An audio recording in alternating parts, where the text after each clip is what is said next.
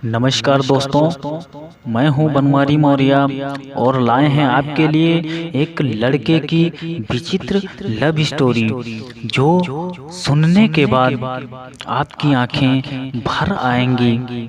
तो चलते हैं स्टोरी की तरफ। एक अमीर लड़का था, उसे एक गरीब किसान की लड़की से प्यार हो गया। लड़की सुंदर होने के साथ साथ काफी समझदार थी। एक दिन जब लड़के ने उस लड़की को बताया कि वह उससे प्यार करता है और उससे शादी करना चाहता है, तो लड़की ने कुछ सोचने के बाद उससे लड़के को शादी करने से इनकार कर दिया, क्योंकि वह गरीब परिवार से रिश्ता रखती थी।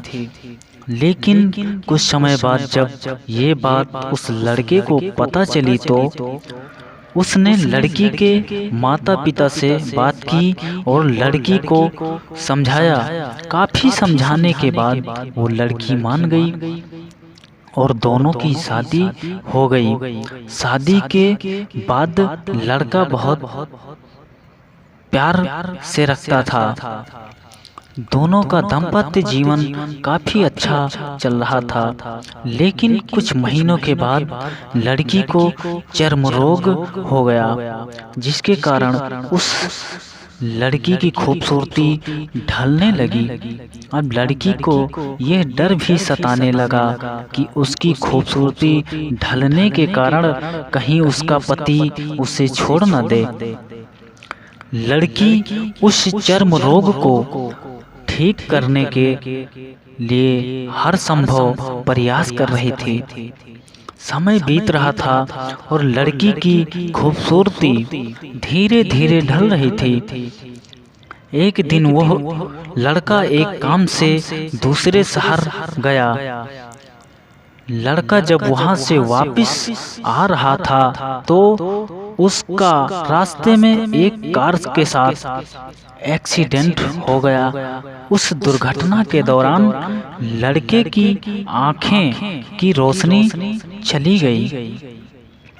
उस दुर्घटना के कुछ समय के बाद उनका जीवन फिर से सामान्य और सुखी बीतने लगा। वह लड़की चर्म रोग की वजह से दिन प्रतिदिन कमजोर और बदसूरत होती गई, लेकिन पति अंधा होने के कारण उनका दाम्पत्य जीवन ठीक चलता रहा।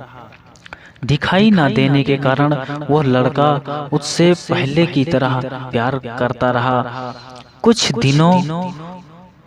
सालों के बाद बीमारी के कारण उस लड़की की मृत्यु हो गई।